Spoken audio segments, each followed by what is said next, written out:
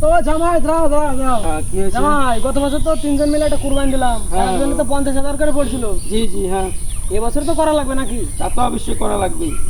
তো আজকে বিকেলে টাকাটা দিও আমাদের। কত লাগবে? কত কত?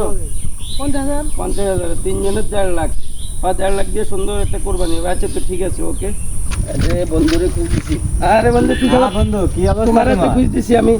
হয়েছে কি, হয়েছে বলো। হয়েছে কি, গতবার যে উপকারটা করছে এবার করতে পারবা না। 50,000 টাকা যেমন দিচ্ছে, এই টাকা নিয়ে কি করবা তুমি? ওই 5,000 বাড়াইয়া দিব তোমার দরকার, আর ওই কোরবানি দিব। তাকফিরুল্লাহ আগে বাড়াও কি এই টাকা নিয়ে এই করছো?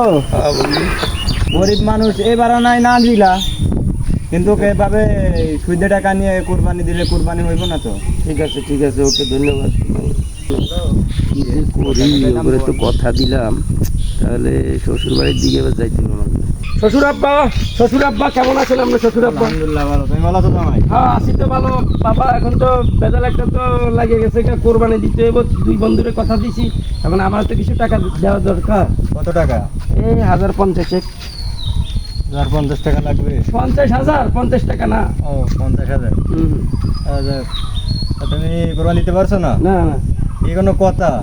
তুমি আমার জামাই হইয়া তুমি এই বছর কোরবানি দিতে পারছো না? পুরো ধরনের তোমার কোরবানির জন্য আমি 1 বিঘা জমি বেঁচে ফেলবো, তাও তোমার কোরবানি দেওয়া লাগবে। লাভ ইউ শ্বশুর আব্বা, লাভ ইউ।